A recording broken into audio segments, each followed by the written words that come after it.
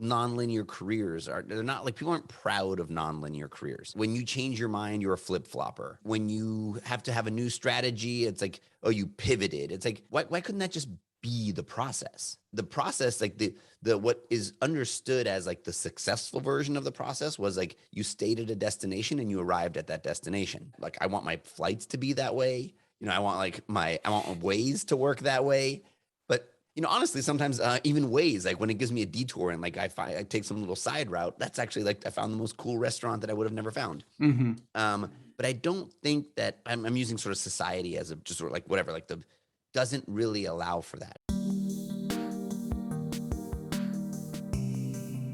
Welcome back to the Career Therapy Podcast, where we help professionals navigate the emotional and promotional sides of the job search in order to stress less and earn more in their careers. My name is Martin McGovern, founder and lead coach at Career Therapy, and I'm excited to introduce our guest today. Please welcome David Fano to the podcast. David is the founder and CEO at Teal, empowering people to build fulfilling careers. And previously, he has been the CGO at WeWork, co-founder of Case, and an adjunct at Columbia University. He's on a mission to provide job seekers with the resources to build a meaningful career. And in today's convo, we talk about how to find a company that shares your values, what realistic expectations we should have around meaningful work, and what are the dangers of being vulnerable in your job search. If you like this show, please subscribe and leave us a review on iTunes. It really helps spread the word and help more job seekers build amazing careers. And be sure to connect with David in the links below. That's all for the intro today, so without further ado, here's my convo with David Fano. Today's Career Therapy Podcast is sponsored by Career Therapy. Go figure. Our Unstuck coaching program provides you with the month-by-month support that you need to successfully navigate your job search. Each month you will receive 2 30-minute one-on-one coaching calls, unlimited Slack and email chats between calls, invitations to bi-weekly group coaching sessions with other seekers, and access to our 8-part curriculum. With our flexible month-by-month schedule, you also have the ability to cancel at any time with no long-term commitments. If you or someone you know could use a helping hand in your search, head over to careertherapy.com and click the button on the homepage to reserve a free 15-minute consultation with me to see if coaching is right for you. Wishing you all the best. Thank you for tuning in. Now back to the show. We've sort of been LinkedIn connected for a while and going back and forth. And, Caesar, who was on the podcast, worked with you. And I know that I did the Teal, personality work kind of test and everything like that. Yeah, that was awesome. Yeah. And so, we've kind of been orbiting each other for a while. And so I've really been admiring you from afar. And I think that I'm excited today to talk about, meaningful work and what does that actually mean, right? Like I feel like a lot of folks are just sort of, there seems to be a bit of a disconnect between a lot of what is said on the internet and what reality looks like for people. So I'm curious, like, are there any other thoughts you have like around that topic that maybe you've been thinking about lately or would be fun? Oh, so many. Okay. Like one is like almost like at an existential level is like, can you know it in the moment or can you only know it after? Ooh, I like that. Like I had someone I worked with is like, the thing about fulfillment is that you can only know it post facto was like his term. And like, is fulfilling work in the moment fulfilling? Because his observation, his name's Tommy Dyer, super smart guy. I just want to make sure I don't take credit for his smart thoughts, was that like, a lot of the stuff when you look back and it was like really fulfilling and rewarding sucked in the moment. But when you come out of it, you're like, wow, I'm exhausted. That was hard, but damn, I feel proud of the work I did. And so that's kind of like one of my thoughts is like, can you really know in the moment? And we can define like the moment as like literally in the moment, or is it like at the end of the day, it's like, wow, that was an awesome day of work. Or can you it's like, wow, this work is amazing. I love what I'm doing right now. And I'm sure you and I have both had those experiences where we have. but is that like rare and like something difficult to strive for, to say, look, am I being challenged? And like, what are the attributes of work that will be fulfilling? But it's hard to tell in the moment if it is fulfilling. Yeah, I love that because it really brings up this idea that I've been chewing on a lot lately, which is like, I feel like people, we have these ideas of what we want. Um, and sometimes I get the feeling that it's almost that sort of teenage girl list of her future husband kind of a thing, right? Where it's like, here's what I think I want, right? But that's not how people phrase it. They phrase it as, this is what I want. And whenever I hear someone speak that assuredly, that confidently, I start to go, is it though? Like, how do you know? Because what people think they want and then what actually makes them happy quite often are not the same thing. And so I love what you're saying here, where it's like, in the moment, you might be striving for one goal and end up in a completely different place. And entrepreneurs know this so well, right?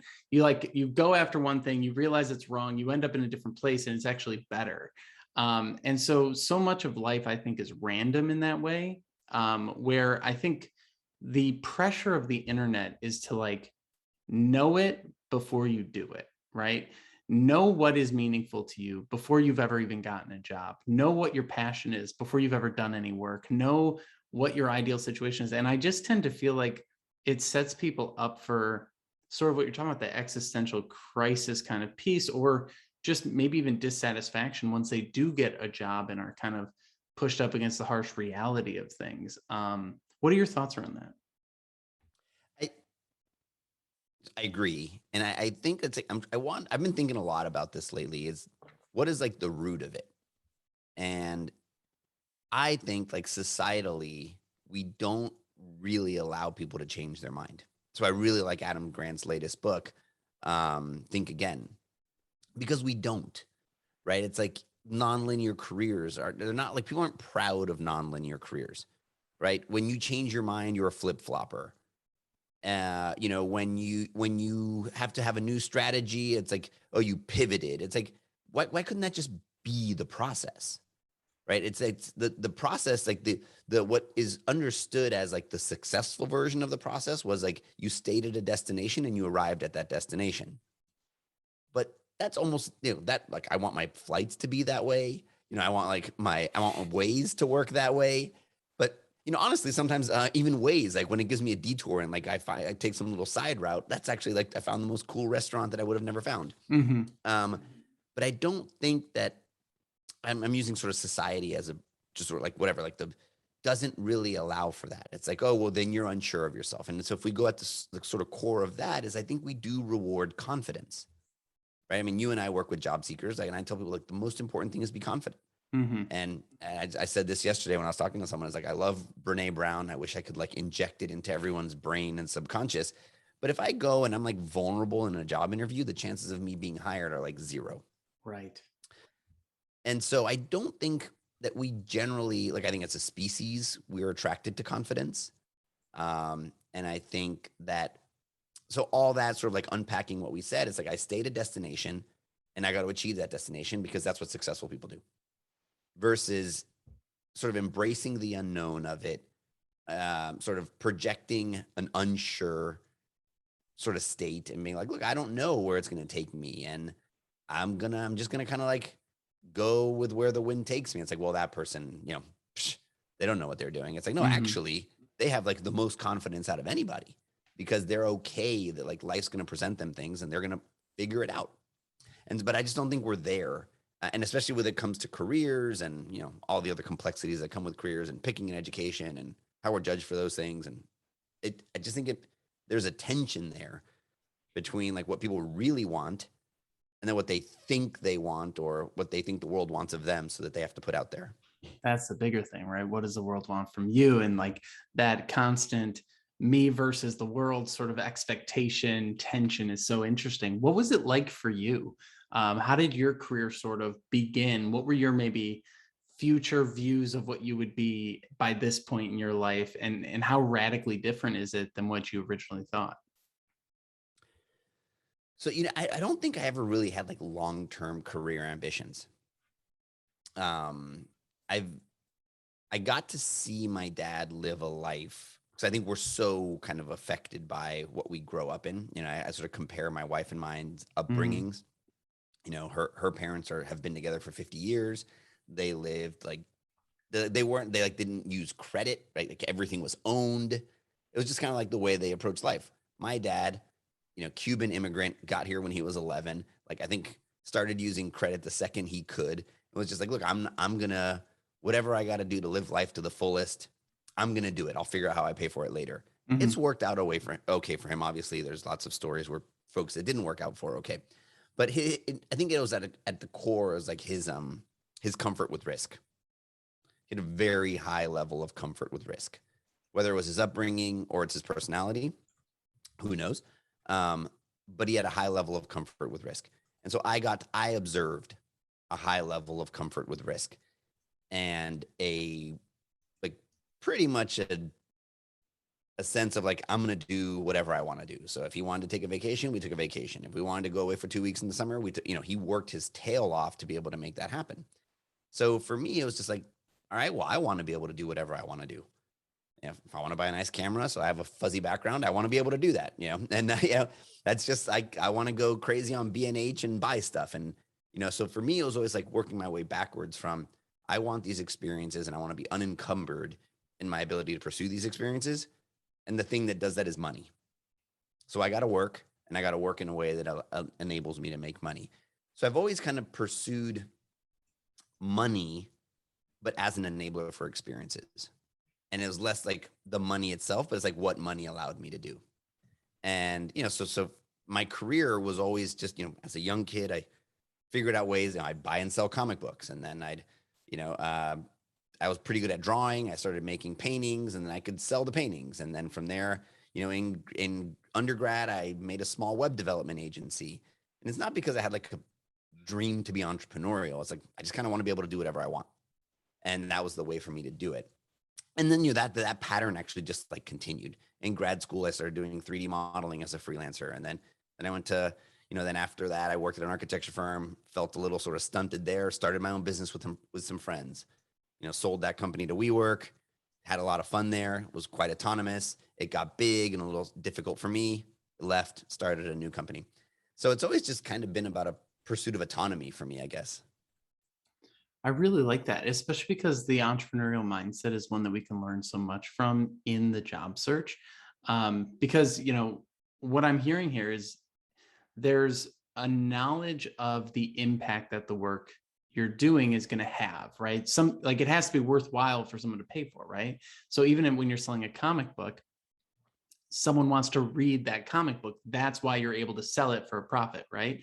And so one of the breakdowns I think that happens, and this is sort of, I do think sort of a societal, maybe it's, I don't know if it's societal or social media, like that's just like the micro society of social media, but like the heavy focus on like be yourself, live your truth, find your passion, all those different things. I think it sort of muddles the other side of it, which is that connection to what other people need, right? Because everything Right. should be a relationship, even business, right? And so what you said here is like so much of the conversation is about owning yourself and doing what you want to do. But how do we pair that sort of self focus or share that self focus with a them focus and like understanding their goals as well? Like, how did you sort of, as you tried each of your entrepreneurial ventures, how did your mindset evolve around value exchange? But I think it was sort of underpinned by this idea of wanting to do whatever I want, and the thing that unlocks that is money for me, right? Because I could have said I'm going to go be a Buddhist monk, and Sure. like money was a non-issue. So in my case, that's not where I wanted to go. I wanted to do things that were experiential, that I knew cost money, and that was my way to get to it. Just want to make sure it's not money's not always the answer, but in my case, I was comfortable with that, and so I knew that the things I wanted to do had to kind of check both boxes of things that I was excited about doing, but that there was also a market for. And the more I could find, get those two things to be in sync well, then I could really be having fun, right? That's why I like working. So I try to find things that I enjoy doing. And it's depend. There's not necessarily a prescribed order. You could find something you really like doing, and then find a market for, or you could find a market and then look for work that you really like doing in that market. But I think it's understanding that those two things need to be present for there to be for that dynamic to exist. And I think at the end of the day, like that is core in having a job. And I think a lot of times people sacrifice one of those two things. They're like, and that's, people like Cal Newport call out passions. I'm not as hung up on like whether you're pursuing your passion or not. Same. It's like, look, you like doing the work, whether you're passionate about it or not. I don't know. It's enjoyable. Like I'm not dreading going to work. I don't wake up in the morning being like, wow, I don't ever want to do this again in my life. That's bad, and then I can actually get paid for it. And I think a lot of people say, well, I got to compromise on income because, so I can do work that I'm passionate about or that I love doing, or I got to do really work that I don't enjoy at all so I can make a lot of money. And look, I mean, I want to be sensitive to the fact that that's not available to everybody, but I do think like with the right work, it's possible for a lot of people. I like how you phrase that. I want to be sensitive to the fact that's not possible for everybody, because I do think that there's this really interesting kind of unspoken, I mean, the overused word is like privilege, right? Like it's or entitlement is like the sort of cynical way to talk about it, right? So on one hand, you've got people saying, you should live your truth and you should be passionate and you deserve to be passionate about what you're doing, regardless of thinking about the other people, regardless of thinking about the value that it brings people and things like that. And then the other side is like, these people are so entitled because they don't really understand like how their passions connect to like the economy, right? And so one of the things that I think is so interesting is this sort of, I feel like folks get into this place sometimes when they're too steeped in the career development world and learning how to do the job search, where they kind of lose touch with reality in some ways. And they start talking about things that are more things you earn than things that you deserve. And I'm curious, like, what are your thoughts around the entitlement side of things, where it's like, I put up a post on LinkedIn the other day saying, people expect more from their job than their parents.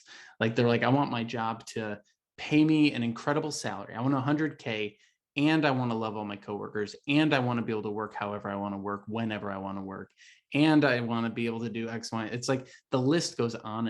And I don't think any individual thing on the list is necessarily bad. It's just when you think you deserve all of it without giving anything up. Like, I feel like there might be some compromises in there. There might be some give and take in there. What do you sort of think when you're talking to people and they maybe have a laundry list that's a bit too rosy about what their career should look like? What would you say to them? Yeah, it's, I think about this a lot, because I'm trying to build a company that is very much like, on the employee side, and it's got this strong employee centricity. And there's a part of me that says like, yeah, whatever they want, it's my job to enable that. Yeah. And then I'm also trying to start a company that, every day the oxygen's running out of the tank and I got to make money. And it's like, well, okay, so that's the pure business side. And how do I reconcile those two things? And what I try to encourage people to do is like really, it's a commercial relationship. I say, look, there's this conflation that happens with, I'll call it like full-time employment, because if someone's like a consultant or a freelancer, for some reason they have a different mindset than when they're in full-time employment.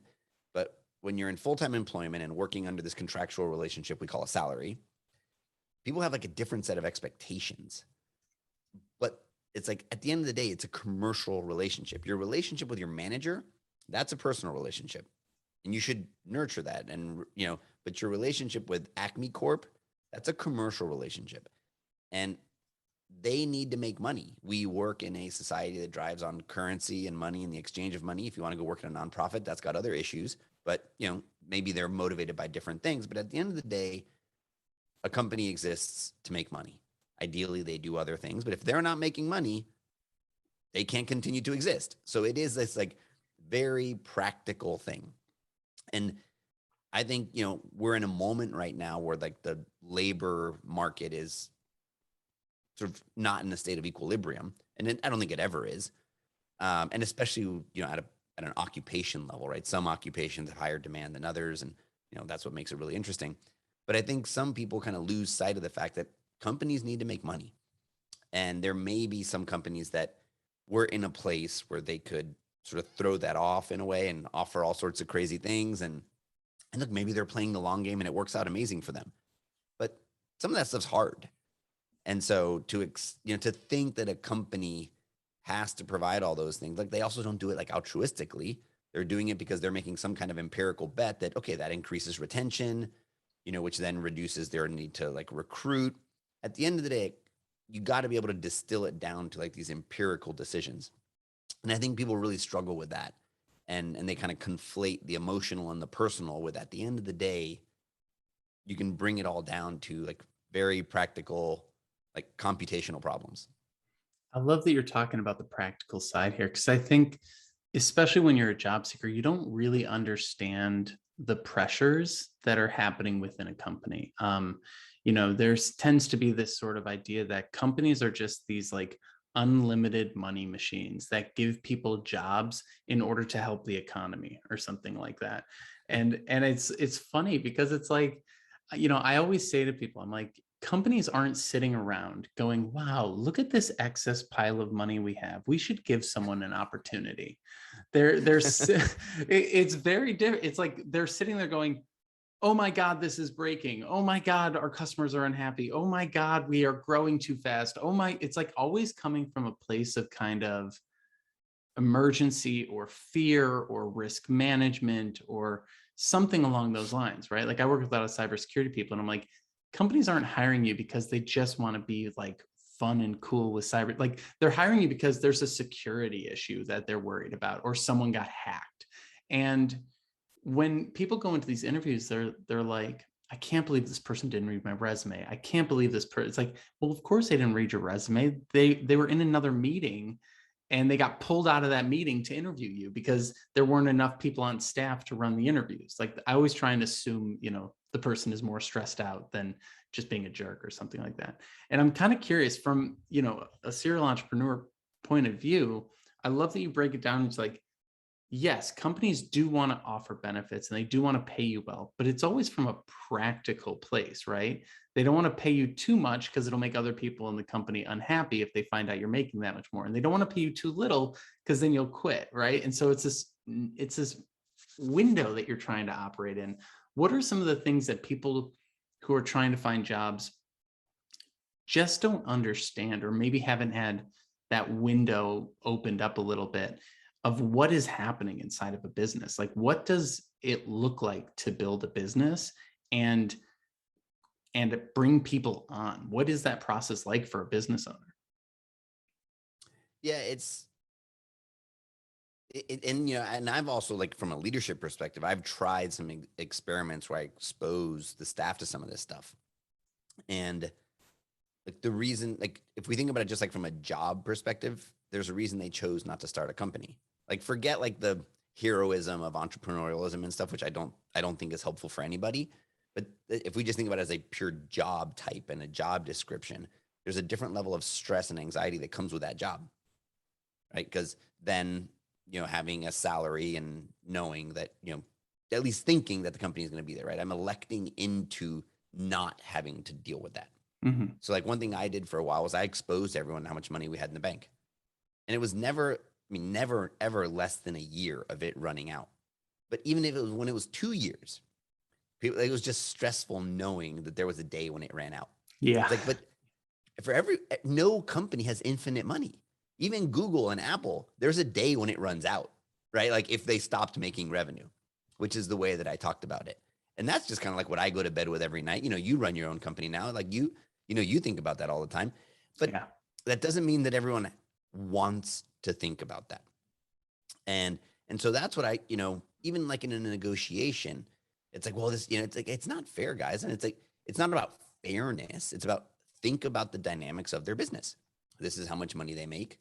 This is, this is cost. look at their revenue, look at their employee count. You can start to probably compute, what their revenue per employee is. And someone there has a formula that's got to be like 3-to-1. And so it's not about like, oh, they're trying to hold me back. And this is why a lot of these things I think aren't helpful when we do a lot of this like benchmarking and reporting out there, because each company is so unique and so different. What I do think is helpful is when it's contextualized within a company and they show inequality between certain demographics within one company. I think that's super helpful because you're obviously there's something wrong. But at the macro, it's hard. Every occupation, take a product manager that works like at a publishing company versus working at Google. Comparison between those two are just fundamentally different, and so what I try to encourage people to do is like understand that business, right? And I really try to teach people to think about job searching as sales.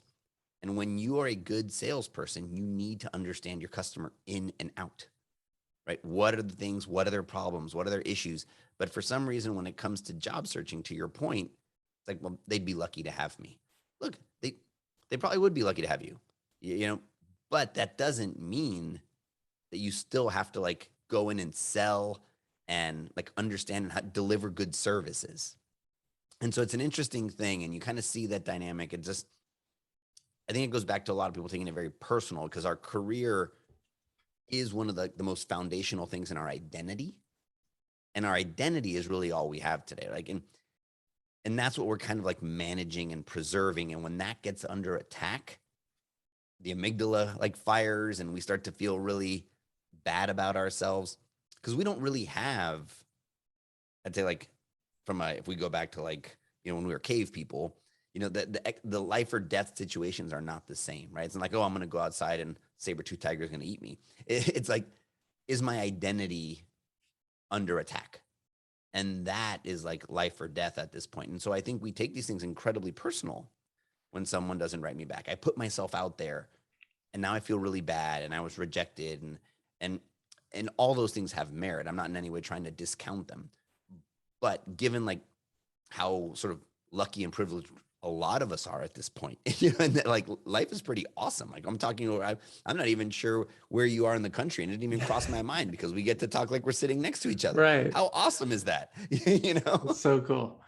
Yeah. And I love what you're saying here, because that is kind of fundamentally what we're talking about here. When we talk about meaning and finding a meaningful career, what job seekers interpret that as is, an expression of their identity, right? And there's a lot of ways that can be positive and a lot of ways that can be negative. And, I put a post up on LinkedIn the other day that said, make sure you have something going on outside of your job so that if you lose your job, you don't lose your whole identity. And I think that's, obviously there's nuance there. And of course, like if you're an entrepreneur, it's going to be pretty hard to separate your life from your job. Right. But I have some kids. That's a good way to do it. Yeah. Kids are a great way to do it, right? Family. And like, but I do think that there's this sort of, what you're talking about, where people put their identity and their career so intertwined. And another way I've expressed this before is like, when we talk about salaries of people, a lot of times people say, I deserve to be paid X amount of dollars, right? And whenever I hear that, I just imagine an entrepreneur saying that and how ridiculous of a statement it would be coming from a business owner. I deserve to have this many clients. What? Like, you're building a company, you get as many clients as you earn, not as many clients as you deserve, right? And I guess you get into the nuance of that, but this idea of like, our salary is our self-worth, our job is our identity. When we are helping people build meaningful careers, because I do think that you can have a meaningful career without it completely taking over your life or completely merging with your identity. What are some of your thoughts around like how people can better differentiate between who they are as a person and who they are in their career, or what their career is separate from their identity? Where can we start maybe drawing boundaries or lines, or helping people better balance these two sort of fundamental sides? So I think all those things that you cited are proxies for wanting to be wanted. Mm. And I think I've been thinking a lot about this and like why I actually think job searching is one of the most like emotionally taxing things that a person can do. Um, because we are like worse than dating, right? I mean, because it's like at least I have some decision in that. It's so one sided on the job searching, and there's some people who get like heavily recruited if they're like an amazing AI engineer or something, right? But for the majority of the people, let's say this like subjecting yourself to constant rejection. And if you're employed while you're doing it, you can't even be that vocal about wanting help because it presents this life or death sort of threat in that your livelihood can be taken away. Right? If my current employer finds out I'm job searching, again, going back to it being pragmatic and practical, well, shoot, as a business owner, if I know that one of my people is looking to leave, the first thing I got to do is because I got to protect the business, is I got to go find a replacement. And so I don't even know if there's an answer to it, right? Because it just like from a pure dollars and cents perspective, it is risky for the business. Like they've got to do what they've got to do to backfill that person. So it is just kind of it's very fundamental in this sort of like employer employee relationship that we've got as a system now. But that said, it doesn't take away from the fact that it's super stressful. And so I now need to like in this clandestine way, subject myself to rejection, find the time to do it, grapple with the fact that I don't love the situation I'm in. Also, then I would say is like we'll keep using societal shaming of ambition. It's like, well, you've got a great job. Like, why do you want to switch jobs? Like, you got a great steady paycheck. You don't even work that hard. Like, it's great. And it's like, now why are you making me feel bad about like wanting to grow? Right? It's like, yeah, that stuff is right. You're right. Objectively, it's good, but I'm unhappy. So now you're like shaming me because I want to pursue happiness. And so it's just very, very, very complicated because I don't think it's actually one of those areas in life where you can be vulnerable, where there are these support infrastructures, like, other complex emotional topics. And so, I mean, I get why people feel the way they feel. I don't have like a silver bullet for it. What I can, kind of if it can be intrinsically driven, right? If they can really give themselves permission to say, look, this is the stuff I want, and I'm just not going to care what the world thinks. I say that recognizing how hard it is. Then I think they start to get to this place of being comfortable with like the iteration and the potential, what I'll call failure, even though it's not, like let's call them growth opportunities that come along the way to kind of iterate on the experiences that are the things that they enjoy doing because they just don't know in advance because they haven't experienced it yet.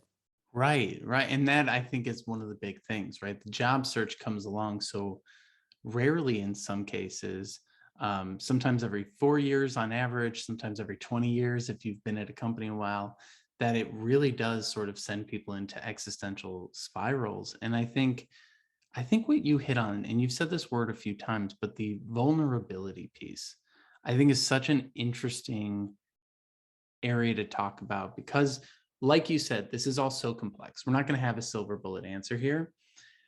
Unfortunately, a lot of people in the world say they have a silver bullet answer for people, right?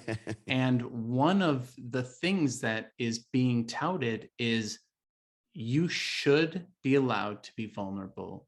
You deserve to be allowed to be vulnerable. And some of these statements I agree with as statements. Yes, you should be allowed to be vulnerable. But what does that actually look like? I feel like there's such a big disconnect between what people say should happen in the world and what that actually looks like in practice. Just like everyone should be able to, I don't know, get an education, go to college, whatever. But then there's like 100 different ways to solve it, right? And so with the vulnerability piece, I feel like sometimes folks, especially when I'm doing my coaching, they hear I should be allowed to be vulnerable. And therefore, if the company doesn't allow me to be vulnerable, or or if I'm vulnerable in a way that gets me like into a weird situation, that's not on me, because I should be allowed to be vulnerable. And one of the ways that I could see this coming up, and actually someone said this to me the other day. They said, I have ADHD. How do I bring that up in the first interview and let them know? And I go, well, this is a new question. And so I mean, I gave him a response, but I'm curious, like, when it comes to vulnerability, you mentioned here, like, vulnerability doesn't necessarily get you hired, right? Um, and the job search might not be the place that you want to fully be yourself in some ways, right? And so that, like, this is sort of setting up the next question I want to ask is, like, what is the professional version of ourselves that we should bring to the job search, right? Because it can't just be like, whoever we are this morning, right? It has to be some sort of polished version of ourselves. But let's just start with that vulnerability piece. Could you go a little bit deeper into like the dangers of vulnerability in the job search? And maybe we can even pepper in some of the times where it's good. So I make this reference to job search being a sales process. I've made it on this call already. And I think the best salespeople are good at qualifying their customer. The best salespeople don't sell to anybody, right? They know who the best customer is for their product, and they focus their time and energy on those people, right? If I'm a salesperson at a Ferrari dealership, like, I know who my demo is, like, I know who I'm selling to. And so I think that if they're clear on who their customer is, they should employ whatever tactic they can to filter out those customers. So if I want to be at an employer that is absolutely, embracing and excited, like, for my ADHD, then I'm going to bring that up. Now, obviously there's a context there that allows for me to do that. That means I've got financial security, because that to sort of weather a job search to find that customer, right? Your customer might be one in the world, or your customer, depending on the parameters or constraints that you put around what makes for the ideal customer. And so I think it's a person understand, and it comes with, the thing is, there's a lot of nuance, right? And everyone wants just like the checklist. Just tell me yes, no, or give me permission to do this thing that I want to do. But give me the yes, no. And like, the truth is, it's not yes, no. It's about like an intentionality. What's your intention? Like, you want to be able to buy first class tickets to go on vacations every weekend, or are you cool to just like live in a sparse apartment, in the suburbs of somewhere, right? Those two things are very, very different. Neither is better, neither is worse, but both of those have implications in terms of the kind of life you want to live, and the kind of customers you need to get. And I keep using money because it's the most measurable, right? There's other aspects of life, whether it's work-life balance, whether, remote. What is it that facilitates the life you want to live? Put some parameters around that, and then then what you put out there is either going to attract or detract the kind of people you want to work with. So what I would tell people is like, look, if you need to make a paycheck tomorrow, and so you're pretty open to who your employer is, then yeah, you're going to want to put on a very like specific kind of show on. But if you've got time and you can be patient, and it's really important for you to find the right place, then you can be a little more open with what it is exactly you're looking for. But it's going to take time, right? That's just not going to happen as fast. So not like, not a simple kind of yes, no answer, but I think it depends on, the answer always kind of ends up being, it depends on what the person's looking for and what they want. So that there may be a time where it actually makes sense, but for a lot of people, it may not. And that's where I find a lot of this advice maybe goes wrong, because they're giving advice that is true if you have the luxury to do it, but is not true if you're in an emergency mode where you need an income. And that, I think, is so interesting. It's like, absolutely find a place that matches your values. If you have the luxury to, number one, spend the time to figure out what your values are. Number two, spend the time to figure out what the company's values are. And number three, weed through hundreds of companies to find the one that fits perfectly, right? And I kind of got into an argument with someone on LinkedIn about it, because they're like, no, you should always expect a company to live your values. And I was like, yeah, if you have that luxury, it really is a luxury sometimes. And it almost feels like your example of the Ferrari. It's like everyone feels like they deserve a Ferrari career when they're not even sure like what the value of their role is, and they're not even sure how to sell themselves, and they're not even sure of themselves sometimes. And I want to take this into the next, or I guess one more thing to add there is like, if you do have something that you're bringing to a company, like the person that asked that ADHD question, to sort of wrap that part up, I said, are you going to them just saying, I have ADHD, and just handing them the ball and seeing what happens? Like, or are you going to them and saying, I have ADHD, here's how I manage it, and here's how. It's like going to your manager with a problem versus going to your manager with a solution, right? Have you seen that sort of mindset weed into people's brains as you've been working with them on their careers, where it's like they have a list of problems that they want companies to solve rather than they know what their weaknesses are and they also are going with solutions? What have you seen in that sort of arena? I've seen it as, yeah, I mean, problems are like prerequisites. They're kind of like the list of like non-starters. I've seen that, and it's different for every person on where they are, but sometimes, yeah, just like these requirements that they have of their employer, for me, be like, wow, that feels a little unreasonable, but that's hard for me to say, right? Because I'm not them and I don't know what's going on in their lives. And so it could be incredibly reasonable. They could already feel like they're compromising.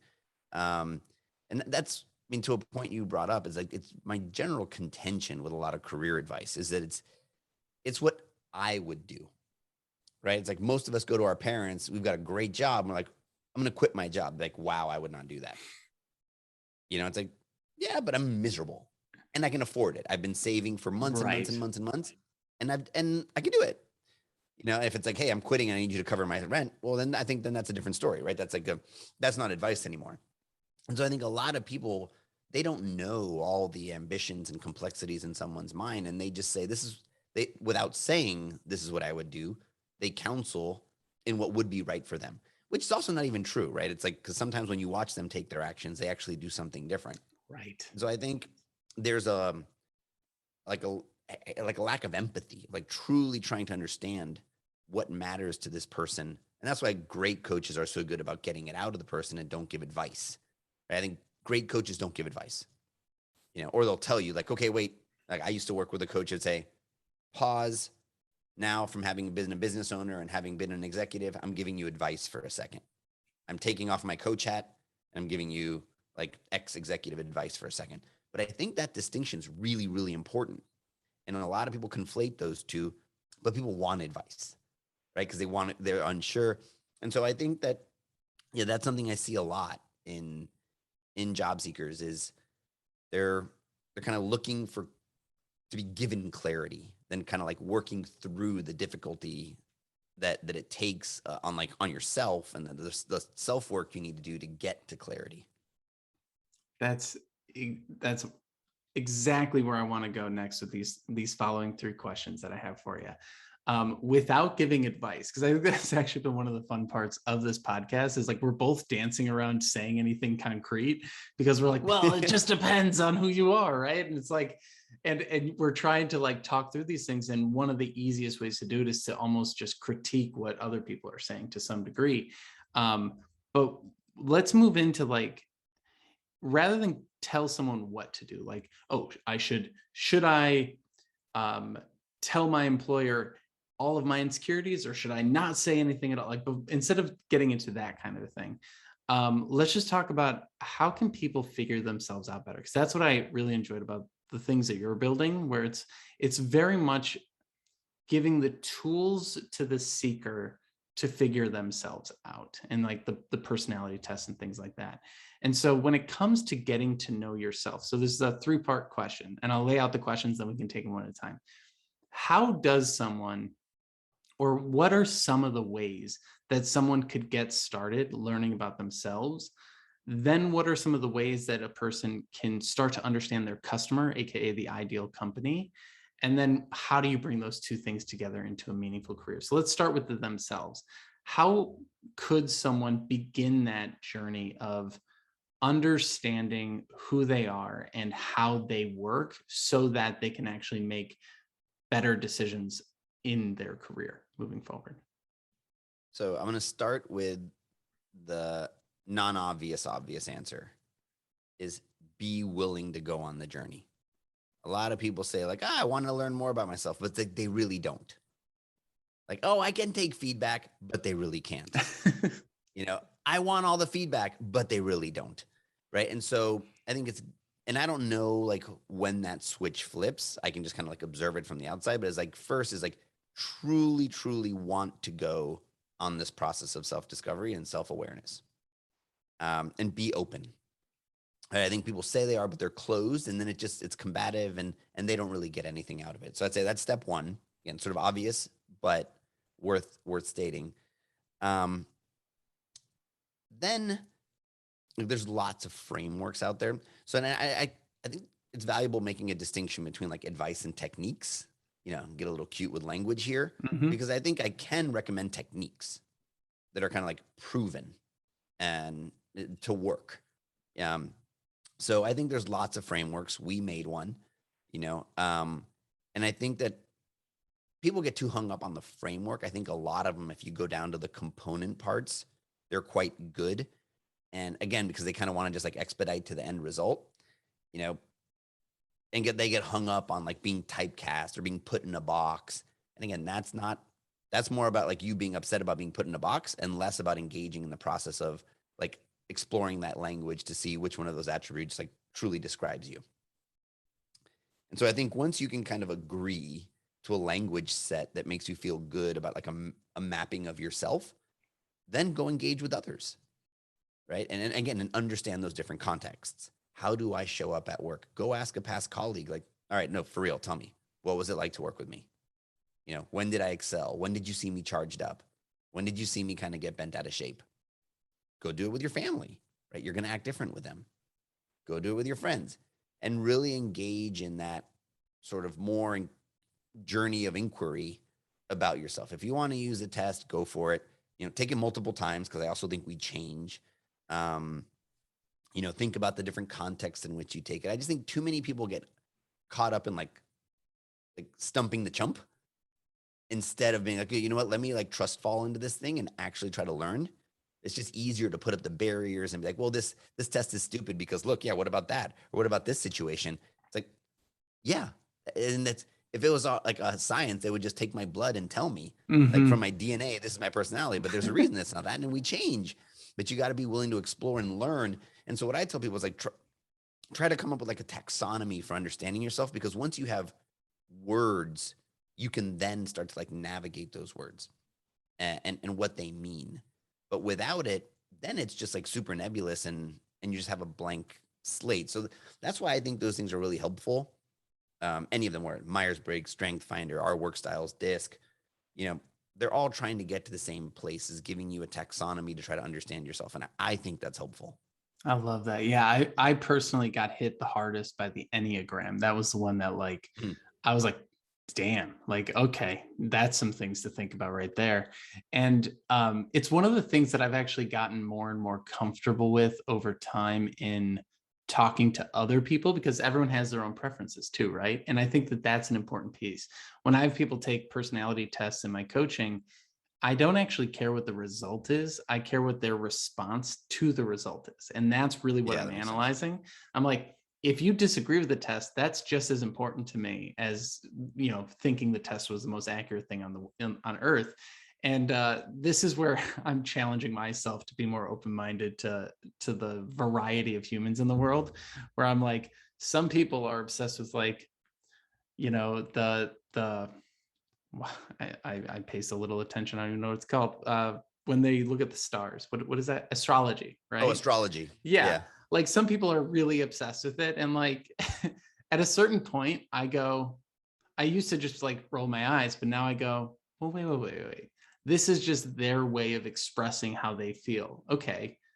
What can we pull out of that? Like, that's where I'm like starting to become better at that kind of stuff too. And so All right, so you find a taxonomy, you find a language for expressing yourself, hugely important, so that it's not just a blank canvas.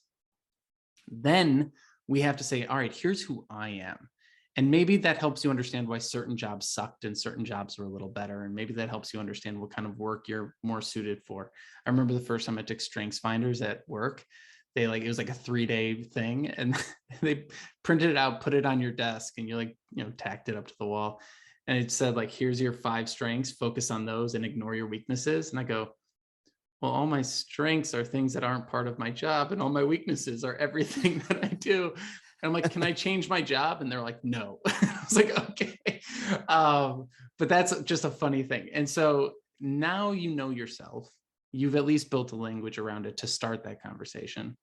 How do you get to know a company? Because they seem so tough to crack. They all have these mission statements. They all kind of sound the same in some way, shapes, or forms. There's a lot of hype around companies. I'll talk to someone who is desperate to work at Google, and then the next call is someone desperate to get out of Google, right? So how could you actually go about understanding a company, understanding like the bottom line business aspects of a company, and maybe getting that sort of real insight rather than the marketing messages? Yeah, so it's hard. And I think companies, like, I love companies. I just think companies are the coolest thing ever. And these organisms with all sorts of different nuances and complexities, and they're these, you know, and so I think it's, look, you have a marketing background. I've done a bit of marketing. You have to almost like segment them, right? You got to start to categorize them. And I think if you treat them unilaterally as one, it's going to be really, really hard. So you have to be mindful of like what's the environment. I think like in between company and individual is like some ideas of environment. What is that context in which I'm going to like deploy my services? And if a company is small, then the company might be like the right unit for a context. But if a company is big, then it's really the team level, right? At Google, it probably matters more what team you're on than the fact that you work at Google, right? Sure, there's like some global HR policies, not even global, they probably change per country, that, those are going to attract a certain kind of people, which then will obviously, trickle down into the team that you're on.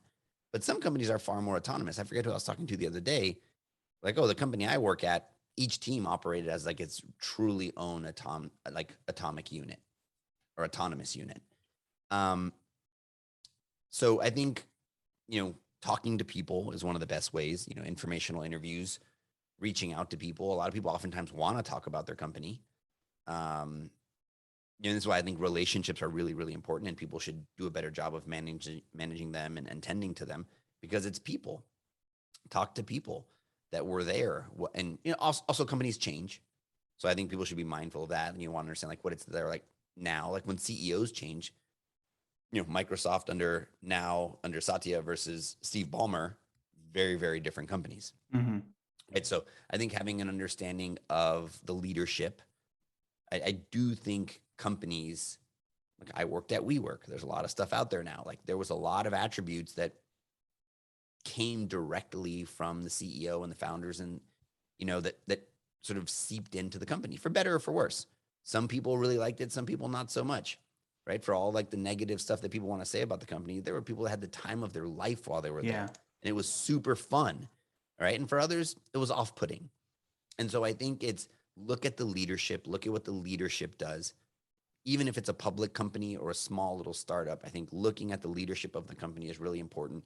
Is it still founder-led, or has that been like swapped out? You can still be a big company and founder-led or family-run, right? Those things are going to make a big, big difference.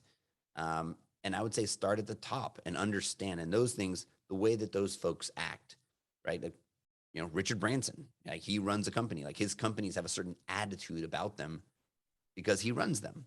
And so I'd say, look at the people. Like at the end of the day, that's the stuff that affects you. And there's a reason they say people leave managers, not companies.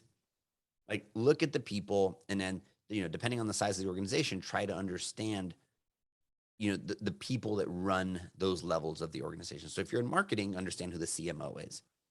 If you're going to be in demand marketing, understand who like their head of performance marketing is. Like, and try to learn what you can about the people that set the culture for the context you're going to be in. And I'm glad you brought up that word culture, because I think it's one of those things that everyone talks about, but job seekers don't really understand. I think they know, like, I'm supposed to fit into the culture, but this is where the company, the personal and the company come together, right? That's the culture, right? And so in the third part of this question, which is how do you actually merge the two into a meaningful career? A lot of that involves culture. What do you think? Where do you think the two come together? So I've got a good view of myself. I have a good understanding of these companies. Is it just like Lego pieces going together, or like where is the negotiation and what are the expectations that people should have going into these things? So I think where it comes together, what I called the context earlier, maybe let me rephrase that, is the context is the role, the job, right? There's like person, company, job is the thing that brings those two together. And a job, let's take product manager, like the most nebulous title ever, right? In different contexts is very, very different, right? In some companies, the product manager might be expected to like wireframe and like put out a lot of ideas and set the vision and strategy for a product. At other companies, they may say, hey, look, design drives all that stuff. Your job here as product manager is to execute. And for different people, right, I think we all think we want to be a jack of all trades. And I think we have this discomfort, which goes back to the personality stuff, is like people are really uncomfortable getting put in a box, right? I, like one question that I ask a lot of people is, are you a starter or a finisher? And almost always it's like, I'm both. It's like, you're not, right? Like, okay, 51%, 49%, which one goes where? And then maybe I can get people to go there, right? But like, even knowing that about yourself, like for myself, I am far more charged up, like starting things, and it takes me a disproportionate amount of energy to finish things. Mm-hmm. Obviously I can do it, but like as soon as it gets a little harder, like, what's that next thing I could do? Like what's that next project I could start? And and it's so easy how people can identify it in others, but not in themselves. Right. It's like, oh yeah, that person never finishes a thing. Or boy, it's really hard to get that person to self-initiate and come up with new ideas. And it's not because they're bad or good, right? We have all this language like, oh, that I'm a get things done kind of person, or I'm an ideas person. They affect our identity, but at the end of the day, if you really remove that and say, look, they just don't matter, there's environments in which we naturally excel. That may not mean I enjoy it, right? That's the other kind of distinction, is like there's just stuff I'm talented at that I don't like doing. But having that level of like awareness and comfort with that, then you can actually shape it. So it's like, look, I'm a product manager. I'm naturally better at getting things done, but I want to build muscles at ideating. Okay, cool. Now you know what you're working with, and you can actually give yourself some tools and techniques. Okay, so if I'm going to be a product manager that's got to like ideate, that means I'm going to have to be meeting with customers. I might have a more natural introversion, but I'm going to have to be a little more extroverted about that. Let me employ some techniques to do it. But I've decided I want to do that. Like I was deliberate. Like I made the decisions. And okay, if it doesn't work, no problem. But at least they felt in control of it. And so I think like the more you understand yourself, the more like deliberate and in control you can be about how you shape your career. And I think too many people fall into like a victim mindset. It's like, oh, well, this is what happened. It's like, no, you probably could have guessed it. Like if you went into it and you asked the right questions, you could have understood that you weren't going to be in like driving the vision and strategy for this product, because you just would have asked, who gets to do that here? How's that happen? And then you could say, oh, actually, no, I'm the kind of person who loves being given an idea and taking it to the finish line. I love it. And then there's other people who say they don't like it. So I think the more people can be clear with themselves about what's the stuff that they enjoy, that energizes them, then the easier it is to find it. The other thing that I like is like being clear what matters to you, so that, because I see people like make the switch and then they're still miserable. Yeah. Oh, every day. Like there's a guy I work with in one of our coaching groups, and like, he just wanted a job. So he got this job, and it's like, honestly, the job's fine. Mm-hmm. but he's just like not happy with the way the company's run and the amount of information they provide for him. And it's like, all right, I was like, I don't like what they said at the all hands. And so it's the point you made, like what people expect from their job. Like a topic we didn't get into that, well, it's like actually a totally separate topic, but like to your point, like what people expect from their jobs is I almost like feel bad for a lot of the companies out there because it's just not reasonable. Right. And you got to imagine, like, if they're going to do that for you, they have to do that for the 500 other employees too.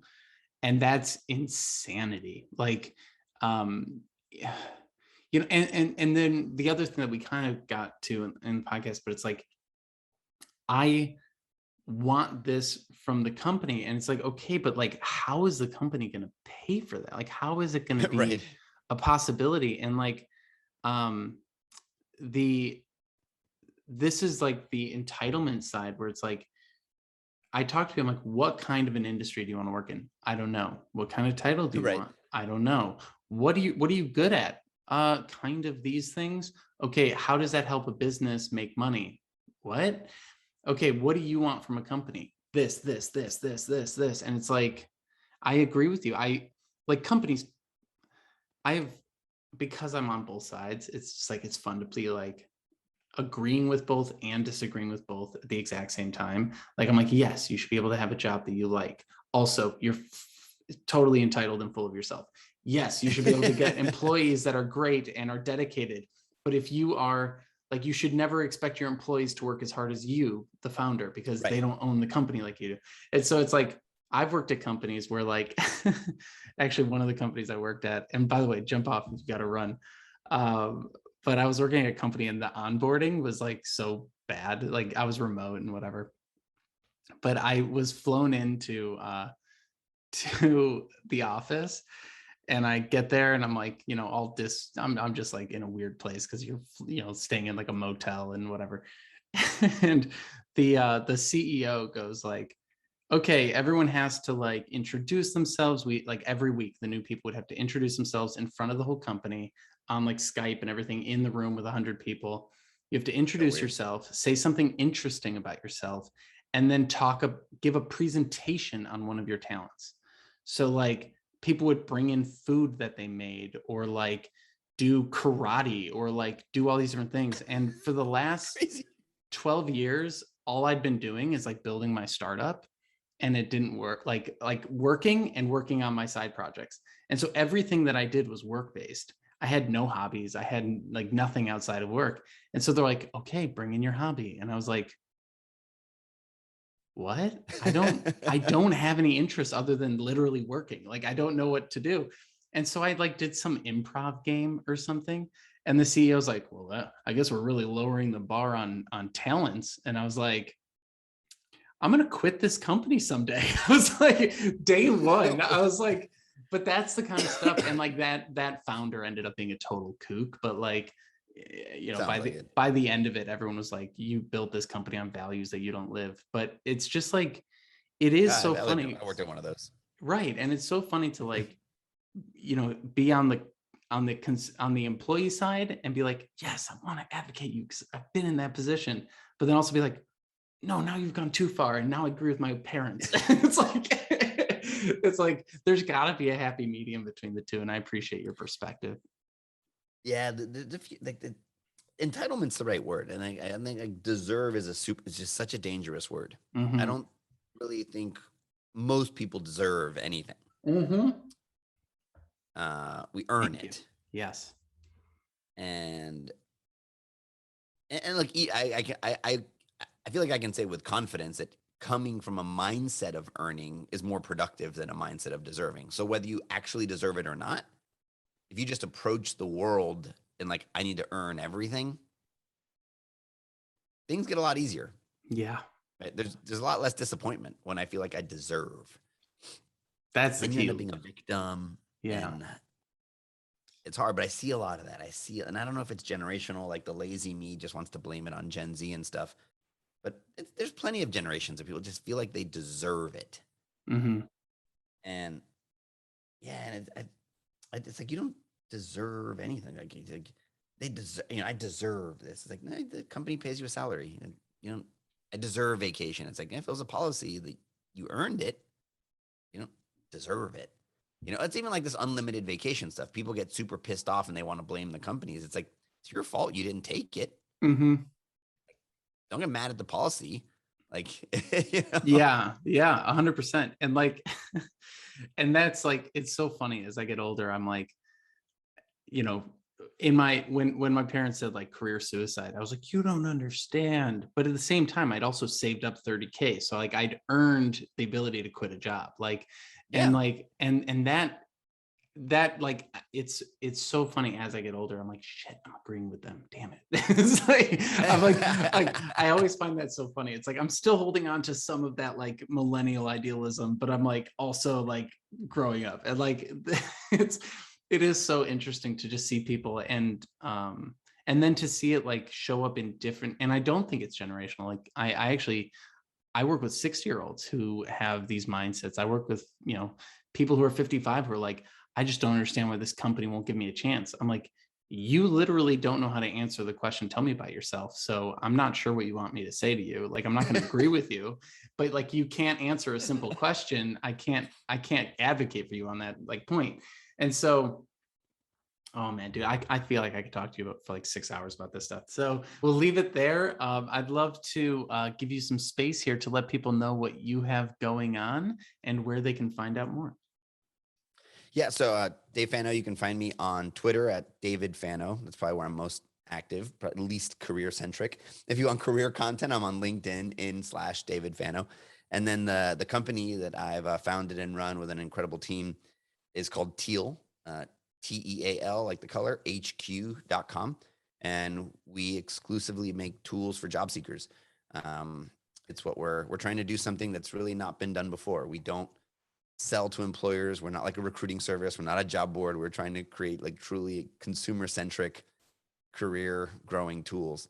And working through it. We're a venture-backed startup, so we have the luxury of getting to try different things and have fun with it. But so far, it's awesome. We've had, I think we just crossed 17,000 people have signed up for the platform. Whoa, congrats. There's a personality test. There's a job search CRM, and just love getting feedback to make it awesome. We really want to sort of supercharge the consumer with the same kind of infrastructure the companies have.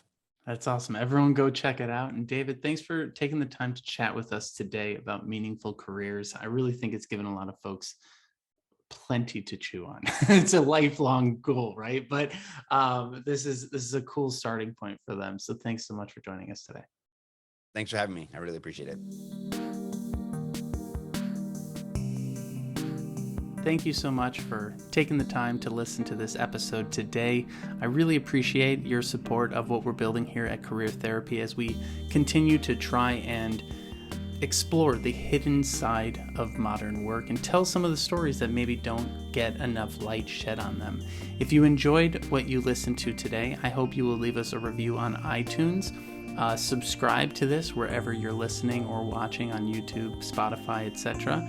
And share this with some friends who you know are going through similar experiences and looking to build their career and gain some insights along the way. Again, thank you so much for stopping by, and I wish you the best. I'll see you on the next episode.